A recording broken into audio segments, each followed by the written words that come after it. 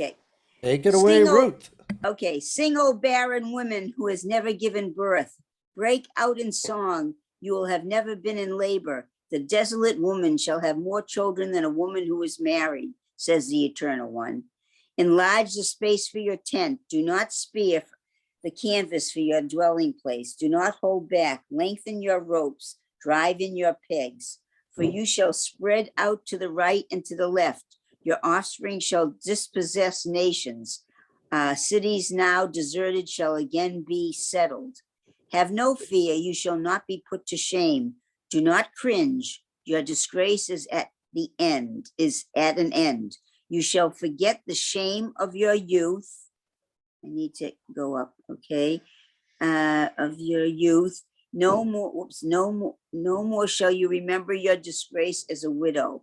For your husband is your maker, the one called God of the hosts of heaven, and your Redeemer is the Holy One of Israel, called God of all the earth. Can I ask a question before we go on? Yes. He's saying, don't despair women that haven't had children yet, but then he's saying you're going to be, I mean, is he talking like in the future? I think it's more metaphorical about, he's talking more about the land of Israel, like preparing for the return of the children of Israel. Yeah, it's like he's likening like Israel to like a barren woman because the children of Israel have been exiled. Oh, okay. So he's saying like, okay. yeah, he's saying like, spread the tents, make everything bigger because everything's going to be, I understand now. prophesizing. That's what I think it's more metaphorical. Okay, I understand. I was a little confused for a minute. Okay. Yep. The Eternal calls your wife again. Oh, once abandoned and brokenhearted, once rejected, says your God, but a young wife still. For a brief moment, I forsook you. With a biting love, I take you back. In a moment of flooding anger, I hid my face from you. But now with love unending, I take you in, says your Redeemer, the Eternal One. This is like the days of Noah to me. I promised then never again to cover the earth with the waters of Noah. So now I promise never again to be angry with you or rebuke you.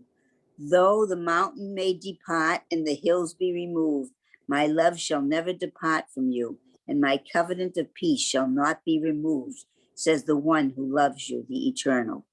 Ah, unhappy storm-tossed soul, with none to comfort you, I will make garnets your building stones and sapphires your foundations. I will build your towers with rubies. Rubies. Every time you move, it's hard for me to. With rubies, your gates with precious stones, your border with gems. All your children shall be taught by the Eternal, and great shall be the happiness of your children. You shall be established in righteousness.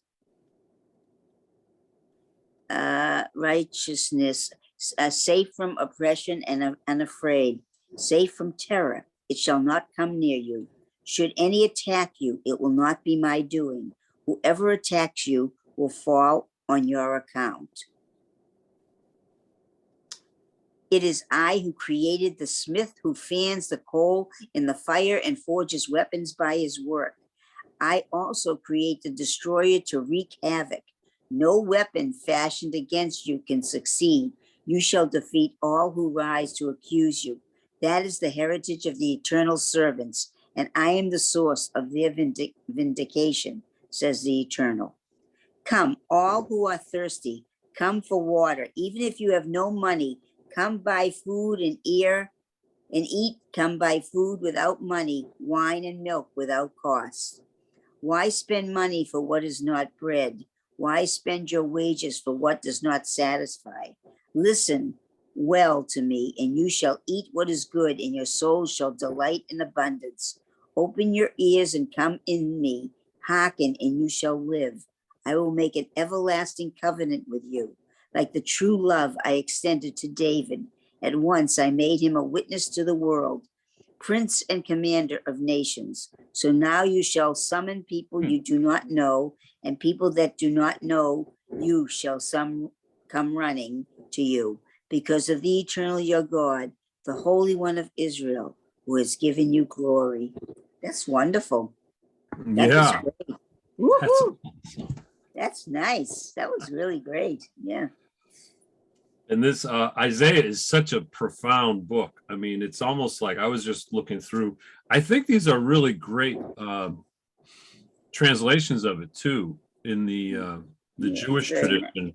Right. Because I just bought the Tanakh, and I was reading Isaiah in the Tanakh, and it is as if as if God himself is like talking to us. It's I don't know what everyone else thinks. I know you had an instant reaction, Ruth. I loved it. It was like, yeah. Well, it's just so wonderful. It's like saying, just follow me and everything will be okay. That's what I got out of it, you know. Yeah. And that God said, like, I turned for, like for a moment I turned, but I will not, like with Noah, like the covenant with Noah.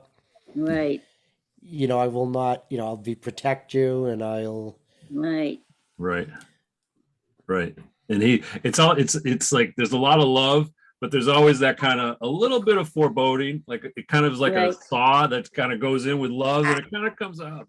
I remember my husband saying during the Pasha of Noah that was very interesting, that not only that God promised that there would never be a flood like that again, but I thought the rainbow also meant that the world could never come to an end. Does that mean anything to you, Racha? Because I remember my husband was like a Talmud scholar, and he really knew much more than I did. And I was wondering if you have heard that before. Maybe I have. Because that was the thing that really impressed me when I used to study with my husband, is thinking, oh, I never have to worry about the world coming to an end. That meant a lot to me in the 1960s for some reason, but it really meant something to me then, and it still does today, of course. I think it means, well, it's a symbol of the covenant, but it's also, I think, God said that he would never destroy the earth again by flood. But it wasn't only by flood. By flood. Well, I don't know. I mean, I'm just saying. No, but he went on. My husband explained to me that it wasn't only about the flood, that the rainbow at the end was something that was indicative that we would never have to worry about the world coming to an end. Maybe he just interpreted it that way. I don't know. But I think it could be, though, because it's a symbol of the covenant. So if God made that covenant, God wouldn't let us be destroyed. You're right. So you could I'm going to tell you, do you know that made more impression on me than anything else in the Bible, to feel that I didn't have to worry about the world coming to an end? Because remember, the 60s was a very turbulent time, and I was in high school and college then, and it was a very turbulent time with the Vietnam War and everything, and I was worried that the world was going to come to an end then. So it really was very calming for me at that time. It's calming for me now with all the things that's going on too. So, I mean, I'm just feeling like it was something that made me feel a lot better. That's all I want to say about that.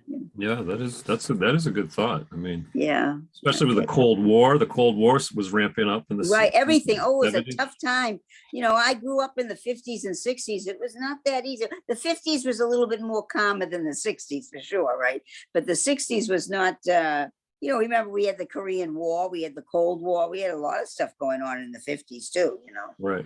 The 1960s began on November 22nd, 1963. That's when the 1960s really began. I bet it has something to do with the Beatles, right? No, when Kennedy was assassinated. Oh, Kennedy. Yeah, but that's really what Kennedy. that's there what was really a lot of stuff that happened before Kennedy's assassination. I'm going to tell But you. I'm saying, but before that, it was still like the 50s kind of. No, carried the over. Bay of Pigs was a big threatening thing at the time. There was a lot of things in the 60s before that. You just weren't born there, so you didn't experience it. No, but I'm saying that when after Kennedy got assassinated, the mistrust in government, the mistrust in what we were told about the assassination, the escalation in Vietnam, the Beatles coming to America, those were the things that started after Kennedy died. The Bay of Pigs, that was just part of the Cold War that was already going on anyway. Right, but there were other things that happened in the 60s too, in the early 60s, But I agree that things got escalated after that. And then what really bothered me is after Kennedy died, and then Kennedy's brother got assassinated, and then Martin Luther King. That all happened in 68. That was a big, heavy year. And that was the year I was pregnant with my first kid. Oh my gosh. Wow. Yeah. I'm now The year I showing my got age, Magical aren't I? Mystery Tour. Very big year for me. That was my first Beatle I bet album. people thought the world was going to hell then. I mean, it's Yeah, incredible. no, I all want to the tell you, death. 68 was a very, and also my husband was drafted, and it was the Tet Offensive, and he got out because he had a kidney problem, and so he got out as a 4F, or he would have been going to Vietnam. So, Unbelievable. Yeah, which we didn't believe in. There is something that I would like to talk about with Noah. I mean, well, after we get toward the end of the Parsha, I don't want to talk about Okay. it. I think I might have before, but I just find it really interesting. It's something I had read a while back. I think it was some commentary or something, but it's pretty interesting. Do you, yeah, why don't we just keep going? Gary, do you mind going back one page though? Because I thought there was interesting commentary right here Before this? Yeah. Oh. The line of, or maybe one more page. All right. Right at the beginning of this whole. I know there's so much stuff in this book. Yeah, it's ridiculous. So is this? Yeah, there's No, the Tower of Babel and all that. Yeah. That one, that page, the flood. It talks about the flood. Okay. And Can you send me a copy? What maybe which copy is this? A copy of the Tanakh?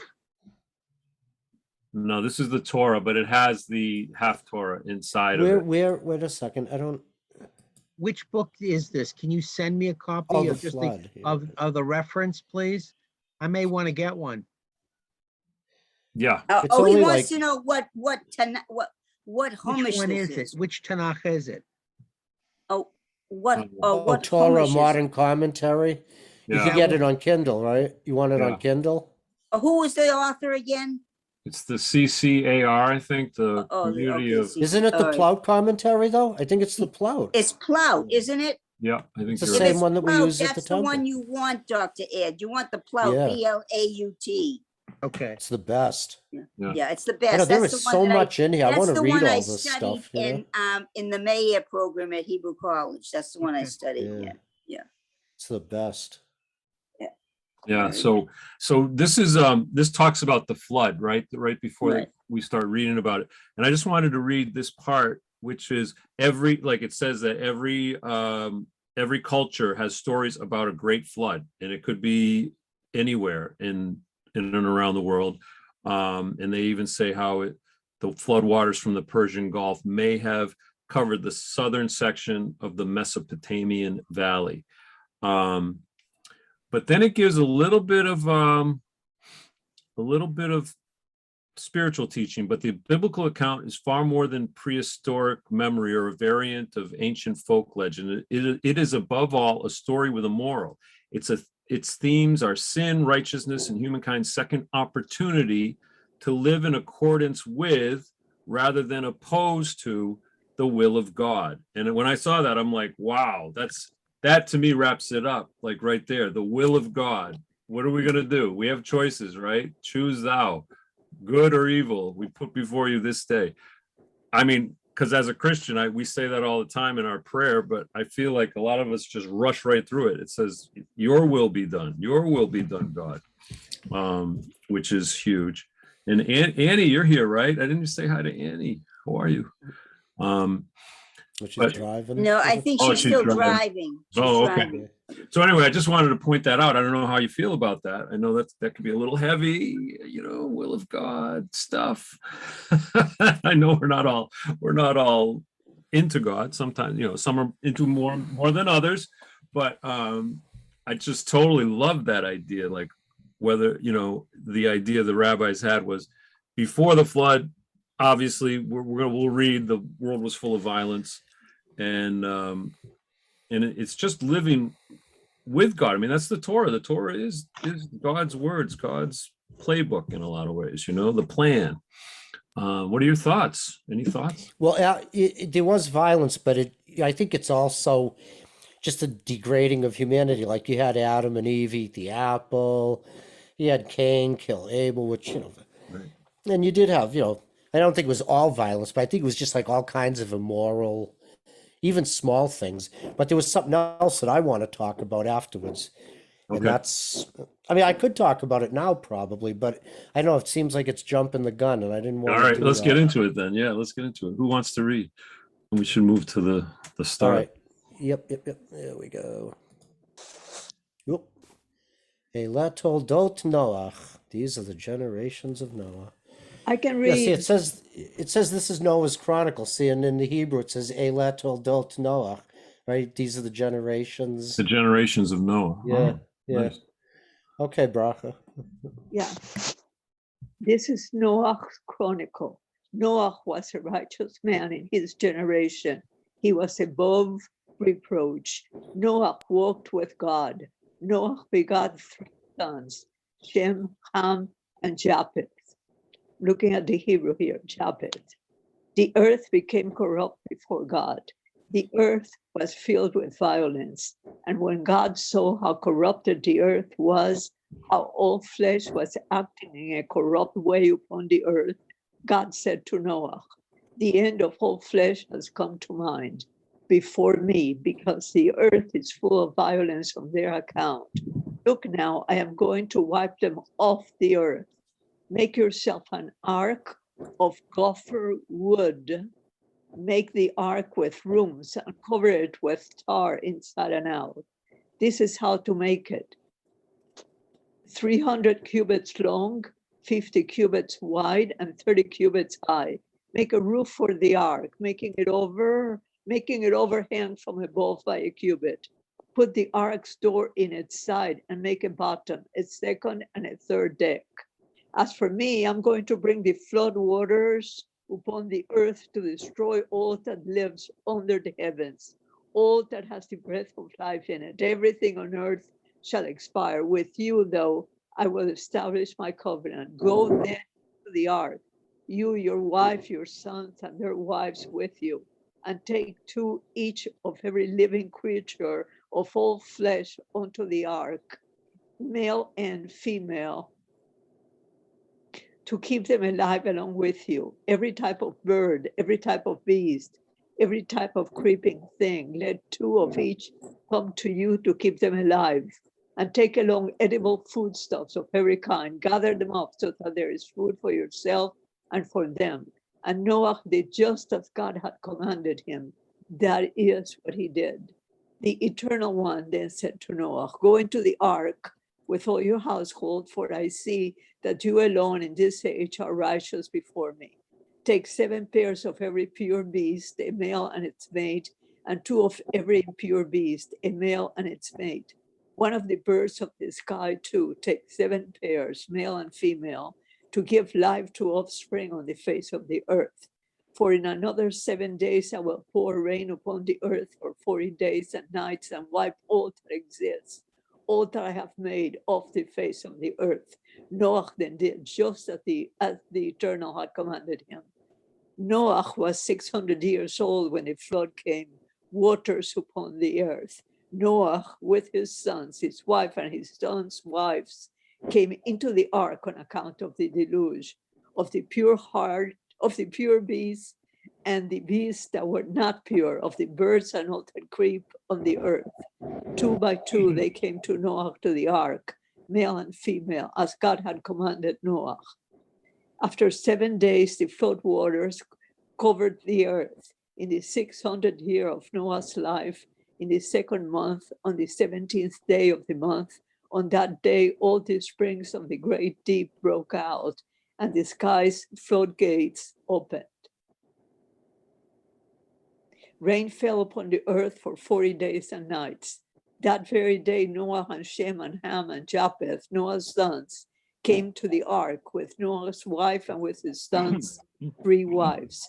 They and every type of animal, every type of beast, every type of creature that creeps on the earth, every type of fowl, every bird, every winged creature, they came to Noah to the ark, 2 by 2, all flesh that had in it the breath of life. Those who came were male and female. Some of every species entered just as God had ordered him. Then the Eternal shut the door after him. 40 days the flood was upon the earth. The waters increased and lifted the ark so that it rose over the ground. The waters gained in strength, increasing upon the earth as the ark coursed on the water's surface. High, high above the earth towered the waters, so that the tallest mountains that stand beneath the heavens were submerged. 15 cubits higher the waters towered as the mountains were submerged. Then all flesh that formed upon the earth perished, whether bird, cattle, or wild animal, or all that which teemed over the earth or human being. Whatever on dry land had the breath of life in its nostrils died. God wiped out all that existed on the face of the earth, human, beast, reptile, birds of the sky. They were wiped off the earth. There remained only Noah and those with him in the ark. And the waters towered over the earth 150 days. God then remembered Noah and all the animals and all the beasts that were with him in the ark. So God caused a wind to sweep over the earth, and the waters subsided. The springs of the deep and the sky's floodgates closed up, and the rain was stopped up from the sky. Wow, it's so dramatic. I always love hearing this reading. And Braca, you're doing such a great job with it. I love a couple of things that just popped out, and everything we always say, like every time we read something new comes up. And it's interesting that, well, God gave Noah only 7 days to gather all the animals. I was like, what? 7 days? Can you imagine? Get in there, 7 birds. No, I need 2 of every. And then it's amazing. And then as Noah got all the animals, who shuts the door behind Noah? God shuts the door. Like that's like another thing that jumped out at me. God shuts the door behind Noah. He's like, go, get out of here. And of course, I always love, like, after all the destruction and the waves and nostrils, the people can't breathe, and everything's. You can imagine the tumult and the awful screaming and just the disaster that was happening. What about the stink? Oh gosh, yeah, everything. Just imagine the worst. You know what I always couldn't figure out? How he knew how to separate the tigers from the more domesticated animals. As a scientist, Yeah. this is so ridiculous. However, don't ruin it for us, Dr. Ed. Well, however, I mean, please don't ruin it for us. I mean, we're enjoying it. Michael, there are 1 billion with a B species, more than 1 billion species. There's more than 1 billion species of just insects. But here's the but. This is symbolic of all of the important. I think he had to use the word important species. All of the 2 by 2 important species. I mean, come on. There are no elephants in the Mideast, but that's okay. That's okay. The importance were the camels. The importance were the sheep and the goats and the cows. So I think this is symbolic rather than literal. Oh yeah. So you're saying there weren't elephants on the That's a big ark. That's a big ark. I mean, my gosh, no one ever saw a kangaroo. I mean, wasn't a kangaroo, but important. It was no important animals. I mean, 1 billion species. He couldn't count to 1 billion, let alone 7 of them. And how would he figure out, like, what's a male or female bird? Who would be checking? Okay, that's a male. That goes. What about that goes? What about species? What about species that live in water? That too. Well, they swam around, They were fun. Yeah. Right. Well, they were put in tanks on the ark. That's what killed all the dinosaurs. He couldn't get them on the ark. There you go. I took a course in paleontology, and we had a guy who was really hilarious. And they were talking about the extinction, and he said, "Well, Noah couldn't get him on the ark." That's how that works. Yeah. Right. But seriously, this is symbolic more than anything. It's an analogy. But I love what the Torah says here. And then God remembered Noah, like as if there was so much going on, so much. He forgot about Noah. He's like, oh yeah, what happened to that boat? Can you imagine? even that huge ark must have looked like a little tiny thumbnail, you know, a little tiny thimble to God up there. Oh yeah, God remembered Noah. I love it. Yeah, just think how big that ark had to be. I mean, think about it. Yeah, it had to be huge.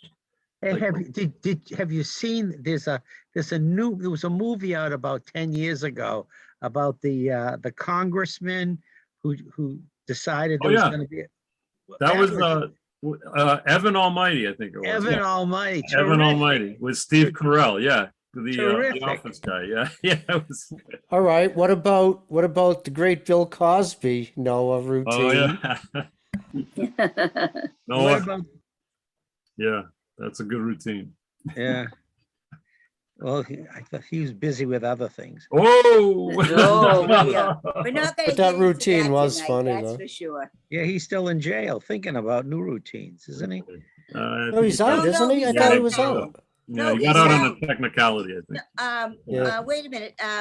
Dr. Ed, he's out. He just got out a few weeks ago, but he has one of those ankle things, but he's out now because of some technicality. He's out now. He's at home. Yeah. I saw him live once. He was funny. Oh, no, But, he was funny. I mean, Yeah, he was he was fun. talented. Listen, people could be funny and also do kind of not so illegal things, so yeah. So I mean, John Wayne Gacy was a pillar of his community, who was? Whoa. John Wayne Gacy. Andy. Oh, right. Yeah. And I also actually heard that wow. Al Capone did some very nice things too, believe it or not. right. No, He had heart. seriously. No, he had done, I forgot. Somebody told me he did a lot of good things for the community as well as his crime. Oh, Yeah. he did. Absolutely. No, Yeah. he did. So, I mean, you can be many things. You can be a criminal and you can be a good person too, so. We would have had a bloodbath in Italy if it wasn't for Luciano. Lucky Who's Luciano. Luciano? That's Lucky, and- Yeah. Lucky Luciano. yeah, he told the mafia in Sicily, you better join the Allies and go after the Germans. And so the invasion of Italy was, hey, look, anyway.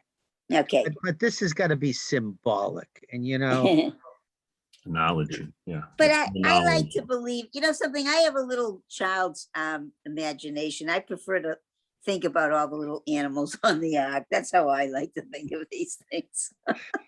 Beautiful story. It absolutely is beautiful. It's well, absolutely. where is the ark supposed to be? It's supposed to be now the roof of a barn. Was it in Ethiopia, is it? Or where is it supposed to be? I don't know. There's all kinds of conspiracies. And Elvis is living in it, right? Yeah.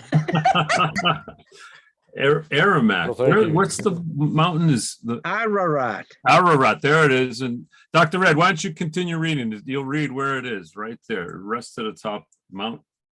I'm trying to see in Top the it. 7 Right at 3. at Right at the 3. top. The waters diminished apace, ebbing and flowing, draining from the earth. At the end of 150 days, the waters had receded. In the 7th month, on the 17th day of the month, the ark came to a rest atop one of the mountains of Ararat. The waters kept on ebbing away until the 10th month, and on the first day of the 10th month, the mountain peaks could be seen. 40 days later, Noah opened the ark's window that he had made and sent out a raven who went winging to and fro, waiting for the water to dry up from upon the earth. Then he sent out a dove to see whether the water had eased from off the surface of the soil. But the dove could not find a resting place for her foot, so she returned to the ark.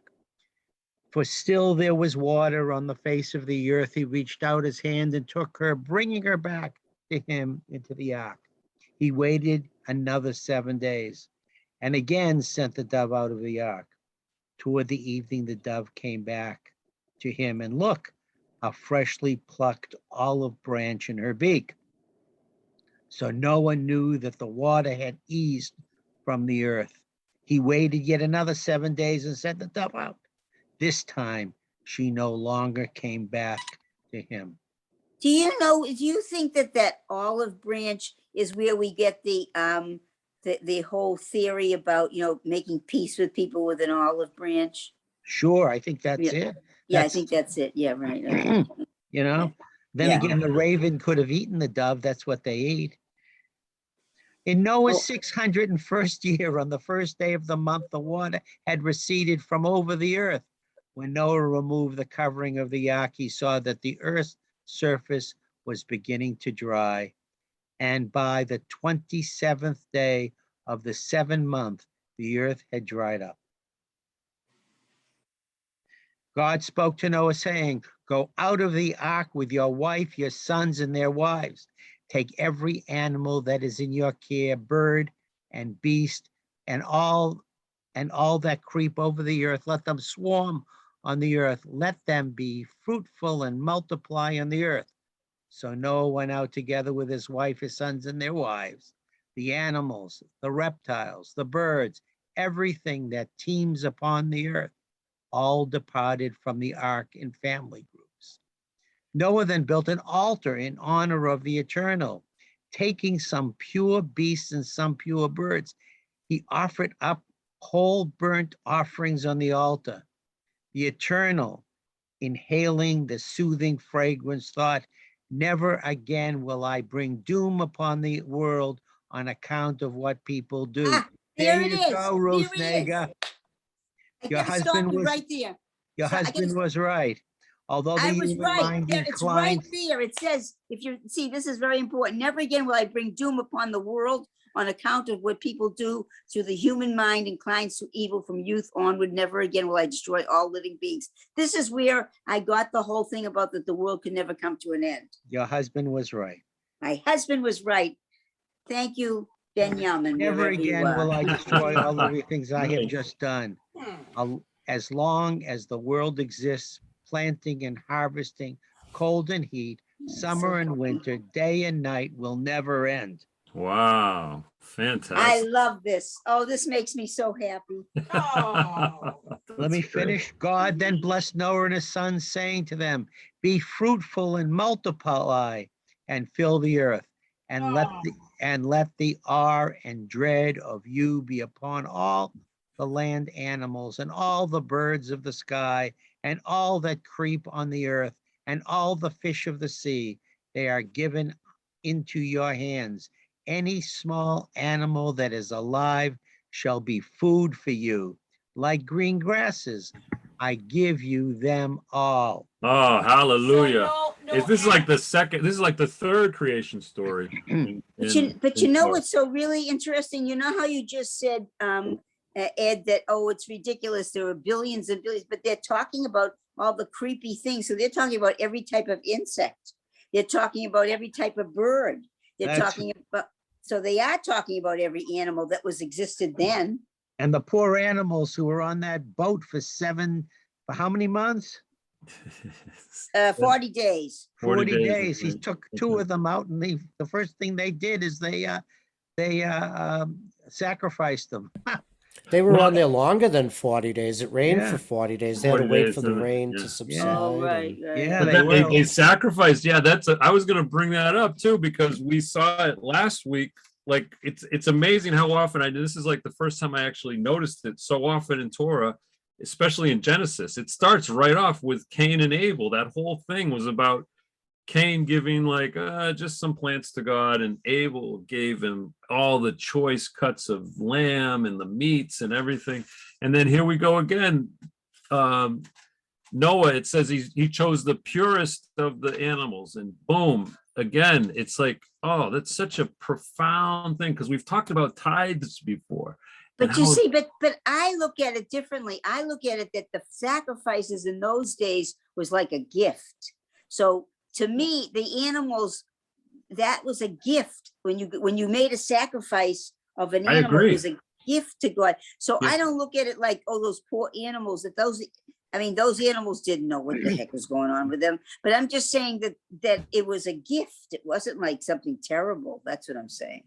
Yeah, because it's like it's kind of money. It's value for Right. something, right? Yeah, and That was value in those days. I mean, That's right. I know to us it's terrible to sacrifice an animal, but in those days that was a gift. That was a gift. Yeah. good point. They Good had point. different standards. Unless you were the animal. They had Yeah. different standards. Yeah, but they didn't know any better. They didn't know they were going to get killed, you know. Mhm. And if they did it, the right way, it would be very okay. It would be okay. It wouldn't be too terrible. Shall I continue? If you would like.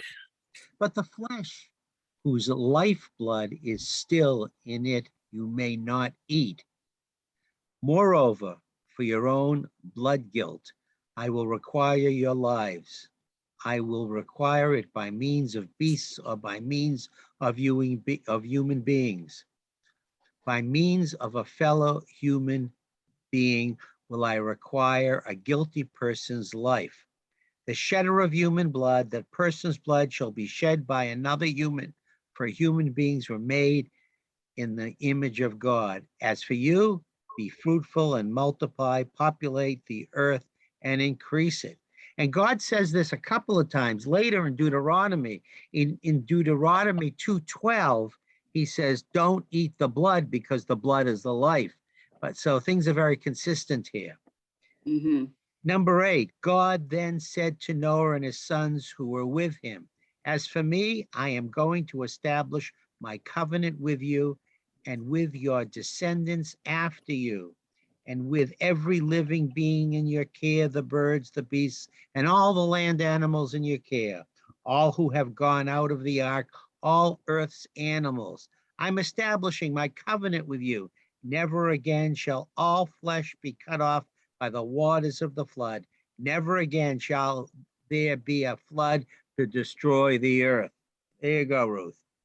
And God said, here is the sign I'm giving you of the covenant between me and you and every living being with you down to the last generation. I have placed my brow in the cloud. It will be a sign of the covenant between me and the earth. And when I cause clouds to form over the earth, and when the bow appears in the cloud, I will remember my covenant between me and you and all living beings, all flesh, and never again shall the waters become a flood and to destroy all flesh when the bow is in the cloud. And I lost it. Okay. I'm sorry. You have to go back. And the bow is in the cloud and I see it. Yeah. Okay. Yeah, you went too far ahead. Me and okay, Just go back to the top, Yeah. Mike. when the okay. bow is in the cloud and I see it, I will remember the everlasting covenant between God and all living beings, all that live upon the earth. And God said to Noah, this is the sign of the covenant that I have established between me and all that live upon the earth. Noah's sons who went out of the ark were Shem, Ham, and Japheth. And Ham, he was the father of Canaan. These three were Noah's sons, and from these the whole earth was populated. That's really Noah, impressive. yeah. Noah, a man of the soil, was the first to plant a vineyard. He drank of the wine and grew drunk and exposed himself under his tent. Ham, Canaan's father, saw his father's nakedness and outside told his two brothers. Shem and Japheth took a cloak and put it on both their shoulders. They walked backward and covered their father's nakedness. Facing backward, they did not see their father's nakedness. Noah awakened from his wine and understood what his youngest son had done to him. So he said, damned be Canaan. To his brothers shall he be the beast of slave. Basic shall he be the basest of slaves. And he said, praise be the eternal God of Shem, and Canaan shall be a slave to him. For Japheth God will make ample room. He shall dwell in the tents of Shem, and Canaan shall be slave to him. That's incredible. After the flood, Noah lived 350 years. The years of Noah's life came to 950. Then he died. Can I say something now? It's about Can I- time he died. Yeah, Can I throw in my little shtick now? yeah, please. Well, Yeah. what I was going to say is when God when God was talking to himself and said, I won't destroy humanity again because human, like, their mind is like inclined toward evil from youth. Yeah. And you look at like after the flood. So in other words, after God flooded everything, God still knew that there was some evil or capacity for sin. And we see it, I think, and I read a commentary about this a long time ago. Throughout the Parsha of Noah, before Noah gives this curse to his youngest son, we don't hear him talk at all. Noah's giving God instructions, but Noah's not saying anything. Noah's just taking instructions, doing what he's told. The first time we hear Noah speak, it's to curse. And what do we talk about? Oh, we just finished talking about Ashamnu. How many of the excuse me, sins that we repent for on Yom Kippur involve curses or lies or slander or idle speech, as it says in the Right. prayer books. Right. So it's weird because Noah, God, originally God saw Noah as tamim, is the word, without blame, without blemish. It's also, we've talked about this before, the word tamim, we talk about an animal that's going to be sacrificed without blemish. In humans, we're talking about somebody that's kind of without fault, kind of an innocent, the type of person Noah was. But even then, you see, Noah, it looks like God understood that, humanity still had that capacity to sin and be evil. And the person that he thought was good, that he saved, the first thing this person, that we hear him talk, the first words that we hear from Noah are a curse. It's pretty interesting.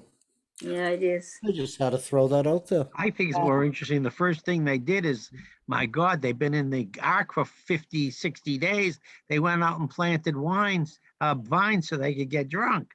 I mean, I think That that is too. really, I think it's really important to show that humanity has not changed. They needed Yeah, someone that's true. to Well, take it the edge wasn't. off. It wasn't everybody, but it was Noah. That's the other thing, Doctor Ed. That's right. Noah. First, he gets drunk. The first thing we hear about it, he gets drunk, and He then needed to take a break. He needed to, and then he run with it. curses, and then he curses. He needed a break. He needed to relax, have a glass And of even then, he wine, cursed. maybe two. It wasn't his son's fault. If Noah didn't get drunk and he didn't get naked, like his son might have not. Well, it's not I his think fault. the biggest sin here, and this is just my opinion, is that I think it was because his son told the other sons. Mm. Yeah. I think that if it just happened, That's the Lashon Hara. That's the Lashon Yep. Hara. See? yeah, he started Right. gossiping about his Yeah. dad. Yeah, that's another Dad's thing. in there You're drunk, right. naked. I saw him. Right.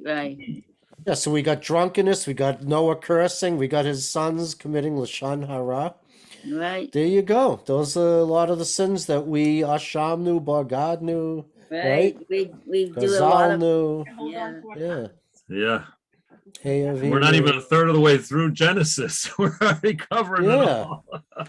We are Hey, it so goes terrible, on and let me on, tell and then you. it's the Tower of Babel, and Oh, it's yeah. it's so much stuff, If I finish, are we done there? I think it goes just to the lineage. Let's see. Yeah. Yeah, just lineage. We don't want to read all that stuff. Yeah, let's see. Oh, Okay. yeah. Then we start talking. Oh, about okay. Tower This of is the good. Now Babel. we're getting to the Tower of Babel. This is important. Oh yeah, this is the Tower of Babel. I love All this. Yeah. the earth had the same, well, go ahead. Somebody else, or shall I continue? Just finish this last paragraph. All of the earth had the same language, same words. As they wandered from the east, they came upon a valley in the land of Shinar and settled there. Then people said to one another, "Come, let us make bricks and fire them hard." So they had the bricks to build with, and the tar served them as mortar. Then they said, "Come, let us build a city with a tower that reaches the sky so that we can make a name for ourselves and not be scattered all over the earth." Then the Eternal came down to look at the city and the tower of the people had built. And the Eternal One said, "Look, these are all one people with one language, and this is just the beginning of their doings. Now no scheme of theirs will be beyond their reach. Let us go down there and confuse their speech so that no one understand what the other is saying." So it came about that the Eternal scattered them over all the earth and they stopped building the city. That is why it was called Babel, because there the Eternal confused the speech of all the earth, and from there the Eternal scattered them over the face of the earth. Right. This is the line of Shem. Shem was 100 years when he begot and begot and begot and begot. Yeah, that's more begot. Everybody's begot this, begot that. Terah, or than Abraham. Yeah, well, this is where it gets to Abraham. We get to the lineage that gets to Abraham, right? Yeah. Yeah. Terah.